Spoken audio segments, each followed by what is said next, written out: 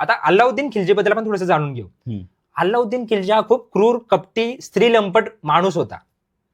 म्हणजे जिथे जाणार तिथे कपटी आणि फितुरीने युद्ध जिंकणार, लढाई जिंकणार. स्त्रियांवर अत्याचार करणं म्हणजे ही त्याची आणि त्याच्या सैन्याची एकदम खराब गोष्ट एकदम. आणि स्त्रियांची आबरू लुटणं, जनतेला त्रास देणं ही याची कामं. आणि हा जलालुद्दीन खिल्जी, त्याचा जो काका असतो, त्याला सुलतान पदावरून, त्या गादीवरून हटवायचं आणि स्वतः गादीवर बसायचं हे स्वप्न बघत असतो तो. ओके. आणि 1296 मध्ये हा अल्लाउद्दीन खिल्जी दक्षिणेत चालून यायचा विचारतो. का तर त्याला त्याच्या काकाला सुलतान पदावरून हटवायचंय, स्वतःला सुलतान म्हणायचंय. ओके. आणि हा जो अल्लाउद्दीन खिल्जी आहे, याने त्याचा काका जो जलालुद्दीन खिल्जी होता, त्याच्या मुलीसोबत लग्न केलेलं.